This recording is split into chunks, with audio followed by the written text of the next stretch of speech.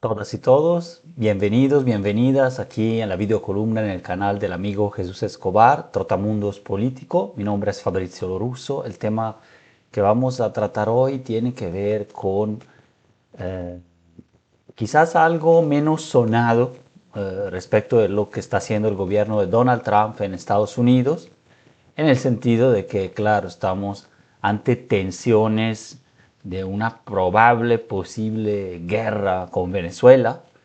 Estamos ante un cerco al petróleo sancionado, que no es todo el petróleo que sale, ¿no? Exactamente de Venezuela, pero pues buena parte sí, eh, que tiene que ver con el embargo que Estados Unidos ya impuso hace años en realidad y las sanciones económicas que tienen una naturaleza parecida a las sanciones económicas europeas, estadounidenses, por ejemplo, en contra de Rusia. Y sin embargo Rusia está en una guerra en contra de Ucrania, pero también el clásico embargo cubano, ¿no? Que vigente desde hace más de medio siglo, que ha destrozado la economía de la isla. Bueno, Venezuela ha sufrido condiciones parecidas que se han endurecido en los últimos años y que ahora se están endureciendo en el sentido del poder duro, es decir, eh, con esa intención justamente de cercar con la flota del Comando Sur de Estados Unidos todo el mar del Caribe, en donde ya han sido asesinadas al menos unas 90 personas de manera extrajudicial, o sea, básicamente abusiva, por parte de misiles estadounidenses. Tanto es así que el secretario de la guerra, ya así le llaman, eh, Pete Hegseth, está bajo investigación por crímenes de lesa humanidad por uno de esos ataques. En realidad todos, bueno, crímenes de guerra más bien, todos los ataques en realidad tienen una problemática internacional, claro, pues están en aguas internacionales bombardeando lanchas sin tener pruebas concretas de que ahí se esté cometiendo algún crimen y en dado caso pues tendrían que detener a las personas, eso parece evidente, pero con el nivel de barbarie que se ha elevado, ¿no? Hasta hoy, todavía estaría bien si simplemente no remataran a las víctimas, ¿no? Parece ser.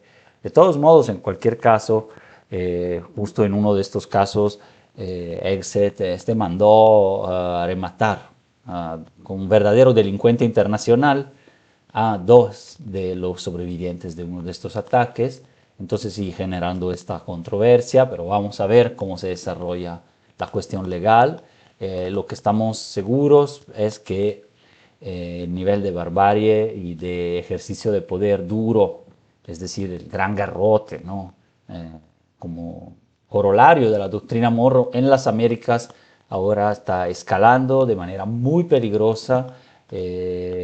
Venezuela ya ha respondido, también ha ordenado que sus buques petroleros puedan salir resguardados por los militares. Atención, puede pasar algún accidente, es decir, posiblemente alguna provocación de Estados Unidos que luego genere más tensiones, más respuestas y que salga por ahí, ojalá que no, alguna persona muerta también y eso sea un casus belli, ¿no? ¿Cómo se le llama? Casos para la guerra. Bueno, ojalá no vaya por ahí. El tema de realidad de la semana, esta era como una introducción, tiene que ver con la fascistización progresiva dentro de Estados Unidos por parte de este gobierno promovida, como también está sucediendo en procesos análogos las Europas, ¿no? Sobre todo en donde gobierna la extrema derecha, como en el caso de Italia, y posiblemente después también, bueno, Hungría, ya sabemos, pero también países como Francia, España, Alemania, Gran Bretaña, ven la escalada de fuerzas ya que se llaman antisistémicas, aunque son completamente funcionales al sistema de capital y al gran capital en sus propios países, que pero son de ultraderecha, ¿no? Y que respaldan ese tipo de política de alguna manera, de mano dura internamente, pero para el caso de Estados Unidos también externamente, especialmente en el espacio que considera su patio trasero, ¿no? América Latina y especialmente el Caribe. Y entonces simplemente con el descaro que ya sabíamos, pero ahora queda claro y por escrito, de querer apropiarse de los recursos naturales, ¿no? Eso no es nada nuevo, también los diferentes militares en jefe del Comando Sur en estos años han declarado esto. Entonces, no era como tal una novedad, nada más que no lo había hecho de esta manera el propio presidente y todo su entorno. Bueno, el tema ahora sí es un poco más blando en el sentido de que se refiere a la batalla cultural xenófoba, a ese giro securitario dentro de los países en que se restringen derechos adquiridos, eh, o se restringe la entrada de, claro que de migrantes, pero también ya también de turistas y extranjeros en general en el territorio que se supone se está protegiendo. Y cuidado, porque con esta retórica, en el país más seguro, probablemente de las Américas, pero seguro de América del Sur, como es Chile, así es que ganó Cast las elecciones, ¿no? Creando en realidad el discurso de la inseguridad en el país, que ya repetí, con menos homicidios de la región, quizás junto con Uruguay, ¿no? Entonces es más una cuestión narrativa que fáctica.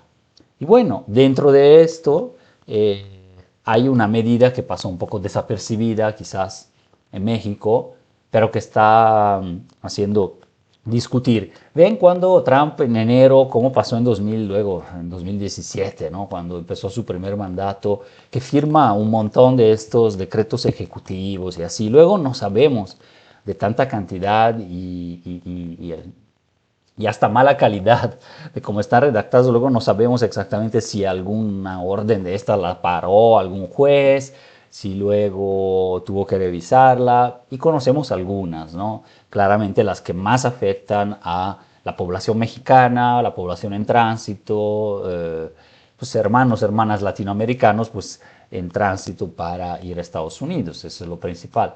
Y sin embargo hay otra que es un giro de tuerca sobre la ESTA. La ESTA, saben, es Electronic System for Travel Authorization, ¿no? Que es un permiso electrónico que deben conseguir ciudadanos de países que no necesitan visa para entrar a Estados Unidos, como por ejemplo los europeos de la Unión Europea, no todos, Japón, por ejemplo, no necesitan visa para entrar a Estados Unidos, pero sí necesitan esta suerte de permiso, necesitan pagar $40, darse de alta con un trámite un poco complejo en Internet y dar toda una serie de datos, ¿no? Esto también cuando tú solo quieres pasar por un aeropuerto de Estados Unidos para proseguir hacia otro país, ¿no? Entonces es bastante común que, bueno, varias tramitemos esta que tiene una validez de 2 años, ¿no? Y entonces, aunque tengamos exención de visa, se tiene que tramitar esta, que es una forma de control bastante tajante de ahí, pero que se considera que es discrecional, pero casi automática, ¿no? O sea, difícilmente se rechaza. Aún así hay rechazos, ¿no? Y hay quien tiene que pagar nuevamente.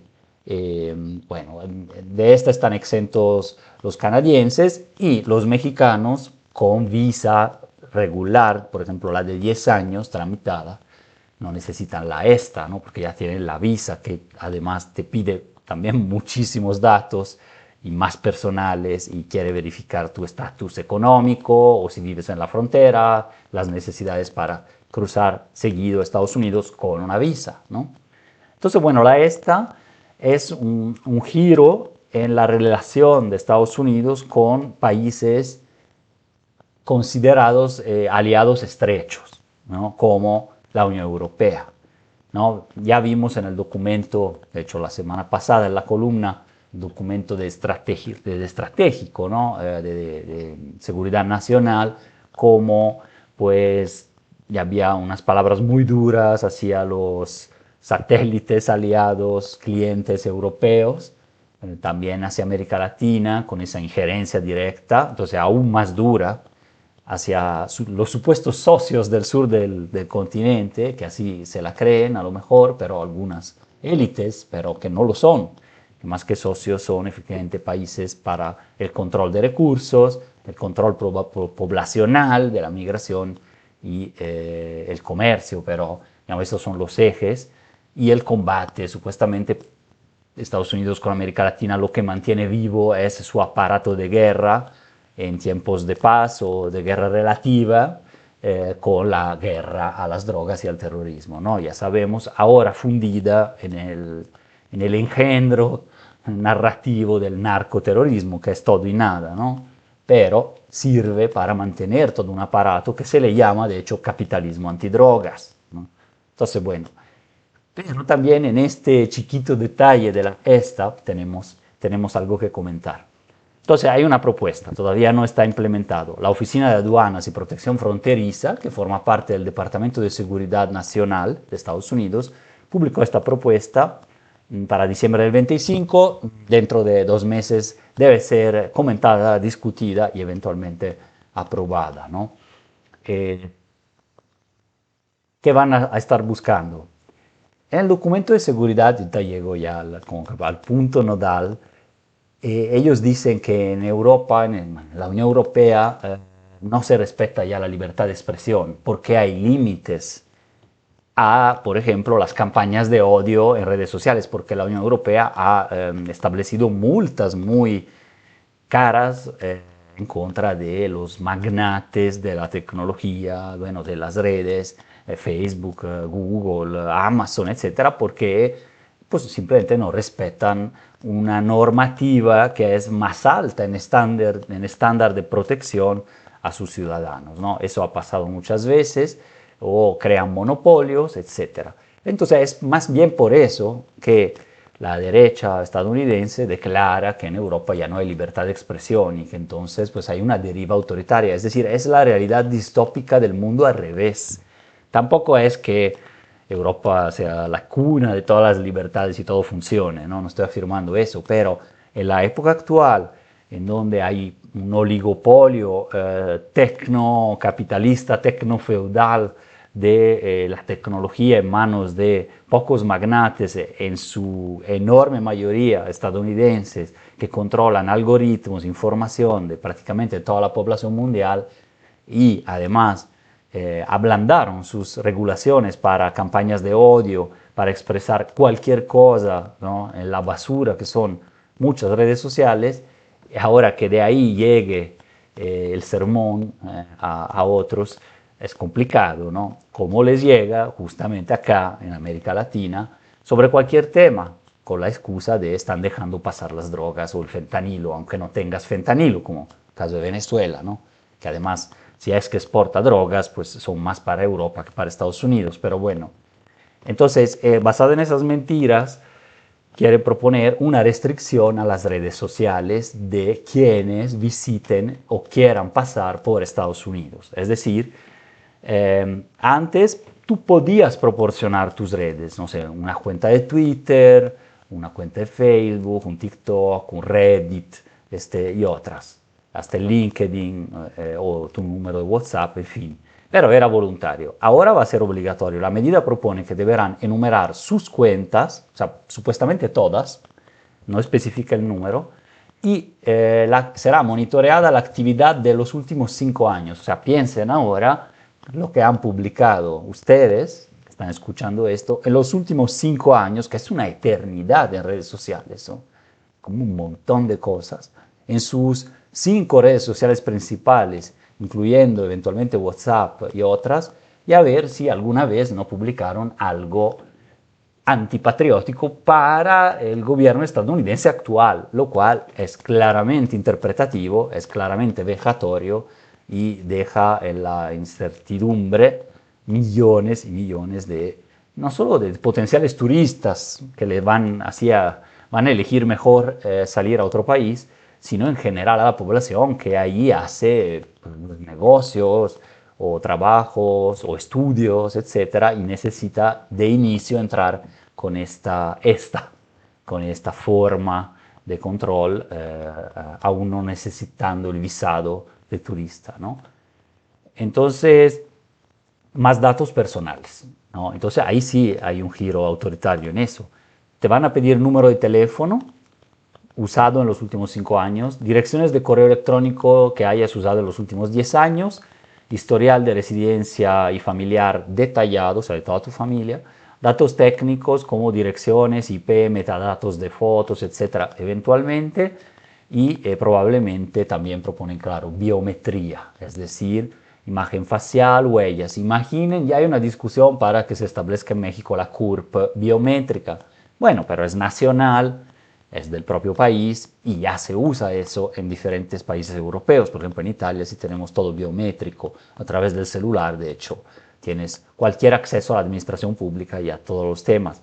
Digo, pasa en el país de origen, en mi caso, pasa en el país de residencia, aquí en México, todo bien, tiene sus problemáticas ese tema, pero que el gobierno de Estados Unidos, nada más por querer pasar efectivamente por ahí, esté guardando todo eso, además de que ya guardaron a través de las compañías tecnológicas ya todos tus datos y sin considerar ChatGPT, ahorita todo lo nuevo de la inteligencia artificial, bueno, y que con base en eso además puedan negarte el paso o la estancia turística se vuelve más grave, ¿no? Entonces, el EST además están planteando una parte de esta propuesta es que solo se presente a través de una aplicación móvil, lo cual también restringe más el campo de quien pueda solicitarla y no en el portal web. Normalmente lo hacías por internet normal. Ahora tienes que instalar una app móvil que va a tener sus propios requisitos de instalación, de modelos de celulares, etcétera, quizás para restringir más, claro, a los más pudientes ese acceso también. Bueno, a lo mejor tú dices en Europa no hay tanta preocupación, en realidad sí, ¿no? Tampoco es que todo el mundo está actualizado con las aplicaciones y los móviles, ¿no? ¿Cuál es el propósito? Según ellos, y aquí andamos, estamos otra vez en ese límite con este decreto, bueno, la estrategia de seguridad nacional, es que con eso se motiva todo y con eso se motivan medidas como comprobar identidad, detectar posibles riesgos antes que el viajero llegue al país, asegurar que nadie con intenciones peligrosas entre bajo el programa de exención de visas. Y formalmente, atención, atrás de esto hay un racismo sustancial, porque recordemos el populismo de derecha o de ultraderecha, como el trampiano y el europeo, tienen en común esto. Su punto nodal no son las desigualdades ricos-pobres para anivelar las oportunidades y los resultados, como se hacen los populismos de izquierda, digamos, de manera igualitaria para la sociedad, ¿no? Y que entonces, bueno, tienen completamente otro enfoque. El enfoque de estos populismos de ultraderecha es la cuestión identitaria, o sea, excluir del país y de lo que tú concibes que es el país a quienes no sean pues blancos, anglosajones, germanos, cristianos, eventualmente evangélicos, sí, pero los que no sean de la, digamos, la cepa dominante, por así decirlo, ¿no? Y entonces es xenófoba y racista. ¿Por qué? Porque asume que en Europa ya hubo mucha mezcla, siendo Estados Unidos el país de la mezcla, lo sabemos, pero ideológicamente piensan que en Europa ha habido inclusión o integración de pueblos, todo el mundo efectivamente, del Mediterráneo, de África, de Asia, y que son terroristas. O sea, este es el supuesto. Y que entonces, aunque ya sean ciudadanos de allá, y a lo mejor es gente de tercera generación que ya no tienen nada que ver ni con su religión originaria, sobre todo, claro que esta es una medida anti-islamófoba, ¿no? Eso está evidente también. Como son islamófobos los gobiernos de algunos países europeos y por ende es por eso que también solidarizan de alguna forma con Israel. Aunque tuvieran sus diferencias, de todos modos tienen en común esa lucha en contra del Islam que asocian con la diversidad inaceptable en sus países y con el terrorismo, ¿no? Entonces, esa es la medida. Se aparece algo chiquito, pero en realidad no es en contra del ciudadano europeo concebido como del norte de Europa, ¿no? O de del tipo de persona que quieren ingresar a Estados Unidos, sino del europeo de, según ellos, de serie B, ¿no? De segundo nivel, que serían los hijos de emigrantes, ¿no? Especialmente de otra religión o de otro color de piel, claro. Entonces la propuesta no está aún en vigor, ha habido críticas, pero pues hay mayorías ideológicas, parlamentarias en Estados Unidos para que pueda pasar y dentro del gobierno, claro, ¿no? Sin embargo, el sector turístico se ha opuesto a esta. Entonces, eh, en fin, es un tema bastante sensible porque implica todos estos factores que yo dije, no es una simple medida de reforzamiento de las fronteras, es bio-necropolítica, es decir, es una, para conservar la pureza interna de Estados Unidos. O sea, ese es el trasfondo ideológico de esta gente. No hay que verlo con inocencia, simplemente, ah, no, porque quieren cobrar más dinero. A la gente no, dinero ya cobra y va a seguir cobrando, ¿no? Más bien van a cobrar menos porque menos gente va a querer ir, va a querer solicitar eso o va a querer tomar vuelos para Estados Unidos. Entonces hay ese sector de transporte aéreo, de turistas y el hotelero y todo eso muy, muy preocupados. Pero esto, con tal de seguir con estas políticas xenófobas o injerencistas en Estados Unidos, están dispuestos, parece, a pagar el costo. Vamos a ver cómo va. También mencionar esto no aplicaría a personas mexicanas, tampoco canadienses, pero sí a los otros países. ¿Qué países visitaron más Estados Unidos en 2024, por ejemplo? Bueno, es verdad que los primeros dos, 20 millones, 17 millones son Canadá, México, ¿no? Entonces en total son 37 millones, casi 37 y medio entre los países vecinos. O sea, en Norteamérica hay mucha movilidad, pero es movilidad de todo tipo, no simplemente turística, sino pues la mayoría tiene una simbiosis con la frontera, ¿no? O sea, Canadá y México están dentro de Estados Unidos, ¿no? Siempre lo repito, pero es verdad, ¿no? Pero luego, Reino Unido, a ver si no hay una extensión para ellos, que son 4 millones y no están en la Unión Europea, y hay que ver si tienen esa exención de visa y el esta. Luego, pero atención, ahí empieza la India, ahí sí. Bueno, más bien la India hasta solicitan visa, ¿no? O visa especial. Entonces, acá empieza a aplicar Reino Unido, luego viene Alemania, que tienen como 2 millones, India, Alemania de visitantes. Y luego viene Brasil, otros 2 millones al año, en 2024. Visitaron Estados Unidos, entonces aquí también les estás, bueno, aquí también necesitan visa, ¿no? Entonces no aplica la ESTA como tal, porque la ESTA es para quien puede entrar así, pero entonces entra ahora Japón, 1.84 millones, Francia, 1.7 millones, y todos los demás muy importantes, España, Italia, prácticamente toda la Unión Europea, ¿no? Y claro, Japón ya lo vemos muy arriba también, casi con 2 millones. Entonces Estados Unidos recibió más o menos 72 millones de visitantes internacionales en 2024. Entonces hay que decir que más o menos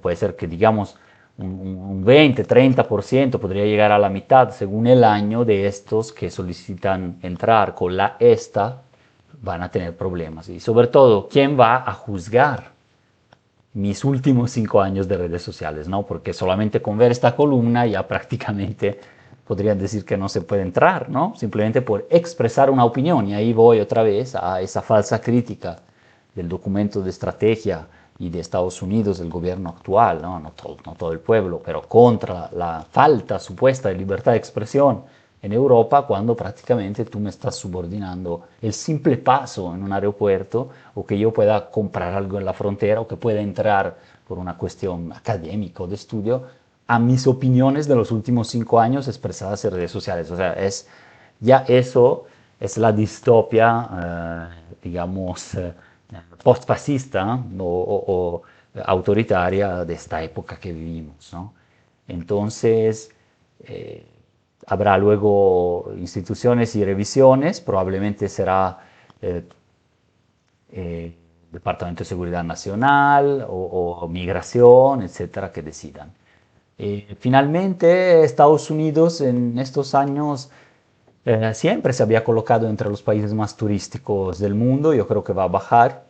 Veamos en 2024, por ejemplo, los países más visitados fueron Francia, 102 millones de visitantes, España 93.8 millones de visitantes, Estados Unidos tercer lugar 72.4 millones de visitantes, o sea, quiere decir, y a veces estaba en primer lugar, ¿no? También a veces está China, en esos primeros lugares, luego viene Turquía 60.6 millones, Italia 57.8 millones, entonces ahí cerquita Turquía, Italia, cuarto lugar, quinto lugar, México, sexto lugar, 45 millones, séptimo Reino Unido, 41.8 millones, luego viene Alemania, 37.5 millones, Japón, casi 37 millones, digamos a la par un poco como Alemania, Grecia, 35.9, ¿no? Ahí al final están casi parejos, Alemania, Japón, Grecia. Bueno, oportunidad, ojalá para México, si es que le baja el tema de la inseguridad y de la violencia, poder subir, rebasar a Italia con creces, ¿no? De 45 millones de visitantes fácil, a lo mejor que se pueda redirigir, redireccionar ese turismo a Estados Unidos, que pueda viajar para México y entonces que México supere incluso a Estados Unidos como número de turistas al no requerir costos y otras problemáticas así tan altos y sobre todo al no requerir que un turista que llegue a México tenga una revisión estricta de sus 5 años en redes sociales, ¿no? Entonces, problemas en turismo, transportes, una medida con dudosa capacidad realmente de restringir, evidentemente no va a restringir ningún acto terrorista en Estados Unidos ni la violencia, pero es muy propagandística, probablemente baje incluso ese arancel que tanto gustan a Donald Trump, pero ese costo de la esta al final, si viene más gente lo van a pagar menos. Vamos a ver autocensura y clima de miedo, porque eso que supone que tú por 5 años ahora te vas a limitar porque quieres ir a Estados Unidos, ¿no? Es la censura previa, esa censura silenciosa que sucede en la prensa cuando hay zonas de violencia y de silencio, ¿no? Como sucede en México a veces, pero que aquí es explícito, ¿no? Eh, Además, culturalmente, pues las formas en que nos expresamos en nuestro idioma, en nuestras redes, son ambientes efectivamente públicos, hay que tenerlo en cuenta, es un ambiente, un espacio público digital. Mucha gente lo usa como su espacio privado, como si estuviera en su casa. Ahí puede cometer ciertos errores, pero ciertos errores que pueden ser incluso de irónicos, de humor, malinterpretados bromas culturales, ¿no? Entonces, eso. Entonces, bueno, hay dudas sobre la efectividad, un impacto diplomático también, porque entonces podemos imponer medidas parecidas, ¿por qué no?, a visitantes de Estados Unidos peligrosos, ¿no? Entonces, bueno, además, todos estos datos y uso, sabemos que en cualquier momento las redes digitales pueden dar al gobierno de Estados Unidos permiso para usar los datos de nosotros, pero también sabemos que con esta medida se van a recolectar aún más datos y directamente por el gobierno de otro país. Bueno, con esta me despido. Les deseo felices fiestas, feliz Navidad, feliz Año Nuevo, todo lo mejor para sus vidas. Por acá nos estamos viendo, tal vez en estas vacaciones, si tengo la inspiración para las columnas y si no, ya de regreso en enero. Un abrazo a todos y todas.